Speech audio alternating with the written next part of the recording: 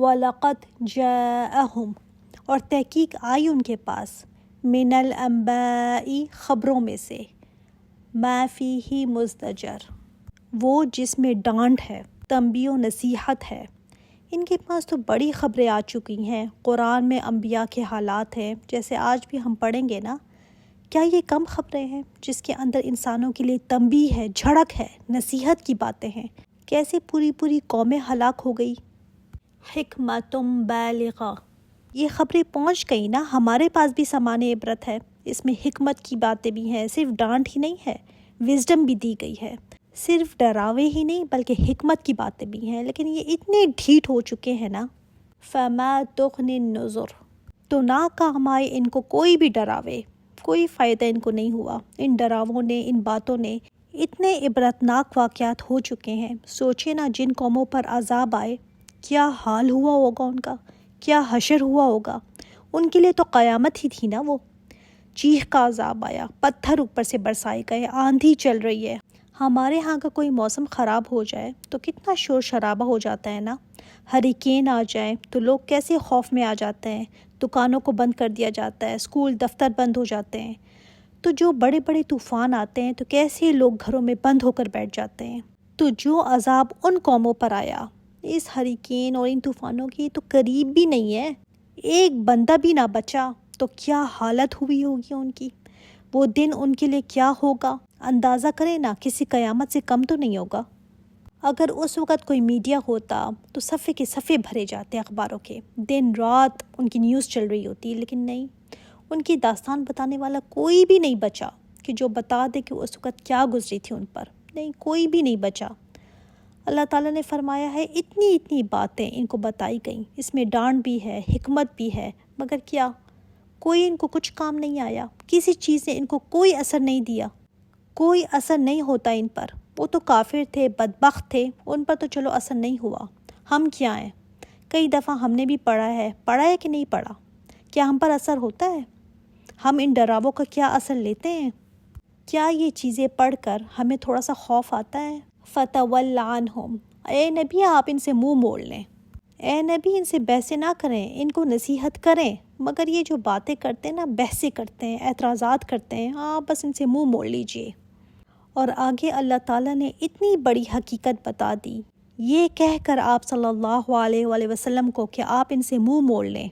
ایک نیکسٹ سین دکھایا اللہ تعالیٰ نے کہ قیامت کے دن میدان حشر میں کھڑا کر کے بتا دیا اللہ نے کہ ایک دن وہ آنے والا ہے، یوم یدعو الداعی الی شیء نکر، جس دن پکارے گا پکارنے والا ایسی چیز کی طرف جو انجان ہے، جو انسان کو پہلے نہیں پتہ تھی، اور جو ہولناک ہے، ناگوار ہے انسان کے لیے۔ آج نہیں مانتے نا، تو ایک دن آنے والا ہے جب پکارنے والا پکارے گا اور میدان محشر کی طرف بلائے گا۔ ہر چیز انجان ہوگی نا، پہلے کون سا دیکھا ہوگا، ہمارے لیے تو ان نون ہے، وہ دن وہ جگہ ان نون ہے، پہلے کبھی ویسا نہیں دیکھا ہوا، جانی پہچانی چیز نہیں ہے اور بہت ہولناک ہے۔ تو جب پکارنے والا پکارے گا تو کسی کا دل نہیں چاہے گا اس طرف جانے کو۔ خش عن ابصارہم، خاص طور پر ایسے لوگ جنہوں نے اس دن کو بھلایا ہوا ہے نا، ان کے لیے تو بڑی ہی ناگواری ہوگی۔ حالت کیا ہوگی کہ نگاہیں جھکی ہوں گی۔ اور انسان کی نگاہیں کب جھکتی ہیں؟ آپ کی کبھی نگاہیں جھکی ہیں کسی کے سامنے؟ جب بڑی شرمندگی ہو نا، تب ہوتا ہے یہ۔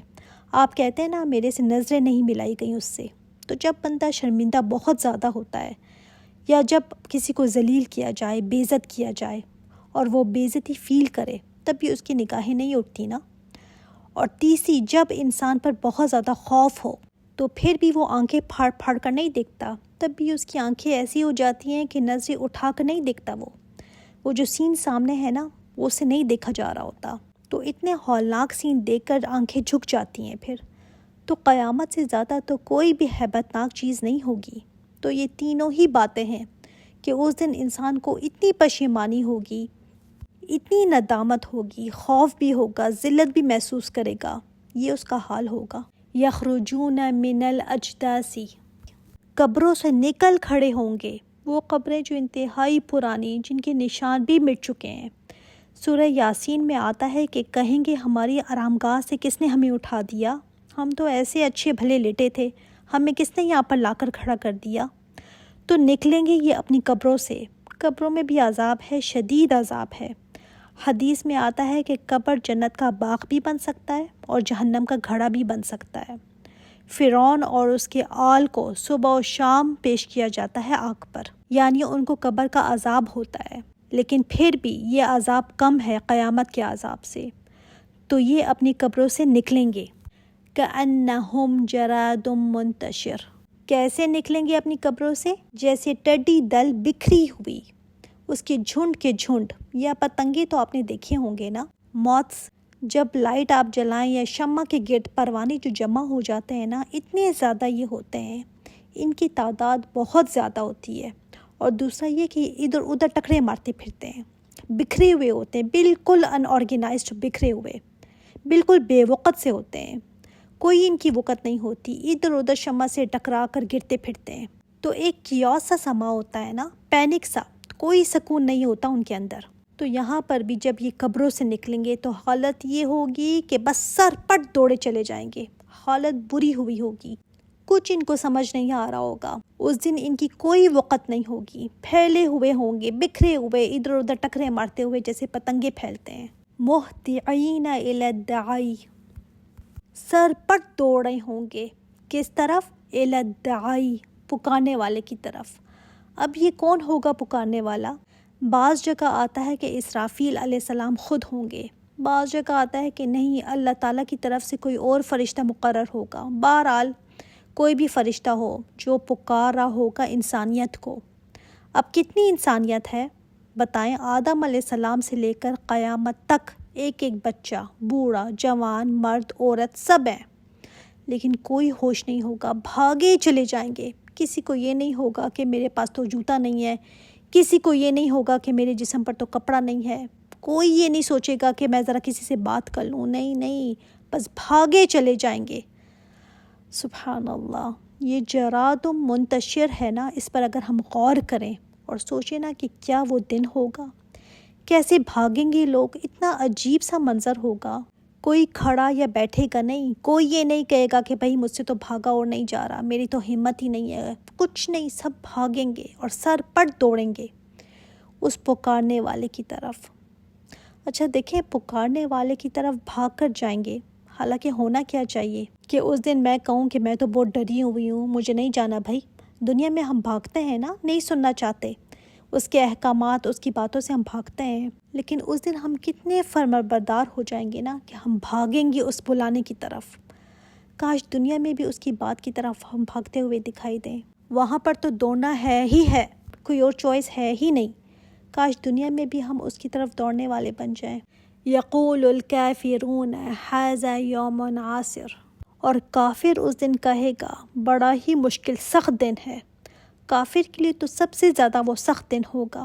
مومن تو جو متقی ہے اس کے لیے یہ ایسا دن ہوگا جیسے دنیا میں بخار ہوتا ہے نا تو کہتا ہے کہ میرا جسم ٹوٹ رہا ہے، اس کے لیے ایسا دن ہوگا. لیکن کافر اور جو اللہ کے نافرمان ہیں ان کے لیے بڑا ہی سخت دن ہوگا. جو ملی جلی زندگی گزار کر گئے نا، کچھ کر لیا کچھ نہیں بھی کیا، ان کے لیے بہت مشکل ہوگی. حدیث میں آتا ہے کہ جو متقی پرہیزگار ہوگا اس کے لیے وہ دن ایسا ہوگا جیسے ظہر سے عصر تک کا ٹائم، اتنا تھوڑا مختصر سا دن ہوگا. لیکن جن لوگوں نے اللہ تعالیٰ کی نافرمانی کی ہوگی ان کے لیے یہ دن ایسا ہوگا 50,000 سال کا. اور بعض جگہ 1000 سال بھی آتا ہے. یہ کیوں؟ 1000 سال کسی جگہ اور کسی جگہ 50,000 سال، اس میں تو بڑا فرق ہے نا. پھر کیوں ڈیفرنٹ آیا؟ اس لیے کہ کسی کے لیے 50,000 سال ہوگا اور کسی کے لیے 1000 سال ہوگا، کسی کے لیے 100 سال ہوگا، کسی کے لیے 1 سال کے برابر ہوگا، اور کسی کے لیے ظہر سے عصر تک کا ٹائم ہوگا. ہم کیا چاہتے ہیں ہمارے لیے وہ کیا دن ہو؟ دیکھیں ہم دنیا میں جو رہتے ہیں نا، سب کے حالات ایک جیسے تو نہیں ہیں. کئی بہت ہی مصیبتوں میں ہیں، بڑی پریشانیوں میں ہیں، کوئی درمیانی سچویشن میں ہے، کئی درمیانی مشکلوں میں ہے، کئی بڑی خوشحالی میں ہوتے ہیں. دنیا میں بھی ایک جیسے تو سب کے حالات نہیں ہوتے نا. تو وہاں پر بھی سب کا حال ایک جیسے نہیں ہوگا. جو نافرمانی میں جتنا بڑا ہوا ہوگا اس کے لیے وہ دن اتنا ہی سخت ہوگا. دنیا میں تو ہم کہتے ہیں نا یہ بھی مشکل وہ بھی مشکل، قیامت کے دن پتہ چلے گا نا کہ اصل مشکل کہتے کس کو ہیں، اس وقت پتہ چلے گا کہ اصل سختی کیا ہے۔ دنیا کی مشکلات تو کوئی بھی مشکل نہیں تھی، یہاں کی مشکل اس مشکل کے مقابلے میں کچھ بھی نہیں ہے، یہ سختیاں اس سختی کے دن کے مقابلے میں کچھ بھی نہیں ہے۔ اس دن کے بارے میں اللہ تعالیٰ نے خود فرمایا ہے، ابھی آگے آ بھی رہا ہے کہ بہت تکلیف دن دہ ہے وہ۔ اللہ تعالیٰ چاہے تو ایک ہی ٹائم ہے نا، کسی کے لیے مشکل کر دے اور کسی کے لیے وہی ٹائم بڑا اچھا کر سکتا ہے۔ اب دیکھیں نا، دنیا میں ایک ہی ٹائم ہے، کسی کے گھر میں شامیانے بج رہے ہیں، خوشی ہے، اور دوسرے کے گھر میں غم ہے۔ ایک رات کو 8-9 گھنٹے سوتا ہے بندہ، سوتا ہے ایسے کہ پتہ ہی نہیں چلتا، 8-9 گھنٹے سو گیا اور 8-9 گھنٹے سو کر بھی پھر اس کو اٹھنے کو دل نہیں کرتا، بس چاہتا ہے سوئے جاؤں۔ اور دوسرا جو مصیبت میں ہوتا ہے، مشکل میں ہوتا ہے، اس کے لیے یہ 8-9 گھنٹے ایسے ہوتے ہیں جیسے صدیاں ہیں کہ کٹتی ہی نہیں۔ کیوں ایک کے لیے 8-9 گھنٹے صدیاں بن گئے ہیں؟ حالات کا فرق ہے نا۔ اسی طرح قیامت کے دن میں بھی حالات کا فرق انسان کے لیے وہ دن مشکل بنا دے گا، اور حالات کا فرق انسان کے لیے ایسا کر دے گا کہ ظہر سے عصر تک کا ٹائم اتنا آسان کر دے گا۔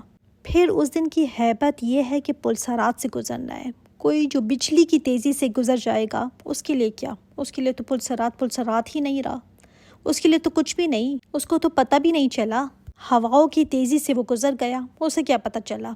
اصل پتہ تو اسے چلے گا جو کٹ کر گریں گے، انگڑوں میں پھنس کر زخمی ہوں گے، جس کو ہوگا کہ اگر میں نے اگلا قدم رکھا تو پتہ نہیں نیچے ہوں یا اوپر، بس ابھی گری اور ابھی گری۔ اصل مشکل تو اس کے لیے ہوگی نا، اصل مشکل تو اس کے لیے ہوگی جس کا نور بجھے گا، جس کو پہاڑوں کے برابر نور ملے گا، جو پھیلا ہوا ہوگا، اس کے لیے کیا مشکل ہے؟ تو مختلف حالات، مختلف کیفیات ہوں گی۔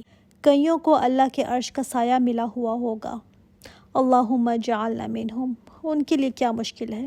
کئی نور کے ممبروں پر بیٹھے ہوں گے، خوشحال ہوں گے، اور کئی ایسے ہوں گے جو حال دہائیاں مچا رہے ہوں گے، بھیک مانگتے پھر رہے ہوں گے حشر کے میدان میں کہ کوئی مجھے ایک نیکی دے دے۔ تو دن تو سب کے لیے وہ ایک ہی ہے، جگہ بھی ایک ہی ہے، لیکن کسی کے لیے بہت سخت ہوگا، مشکل ترین دن ہوگا، اور کسی کے لیے آسانی ہی آسانی ہوگی۔ اللہ تعالیٰ ہمیں ان لوگوں میں شامل فرمائے جن کا نور مکمل ہو، جن کا نور پھیلا ہوا ہو۔ اللہ تعالیٰ ہمیں ان لوگوں میں شامل فرمائے جو پل صراط سے تیزی سے گزر جائے، جن کو پتہ بھی نہ چلے۔ اللہ تعالیٰ ہمیں ان لوگوں میں شامل فرمائے جو نور کے ممبروں پر بیٹھیں گے۔ آگے انشاءاللہ تعالیٰ انبیاء کے حالات دیکھتے ہیں۔ سبحانک اللہم و بحمدک، اشہد ان لا الہ الا انت، استغفرک و اتوب الیک۔ السلام علیکم ورحمۃ اللہ وبرکاتہ۔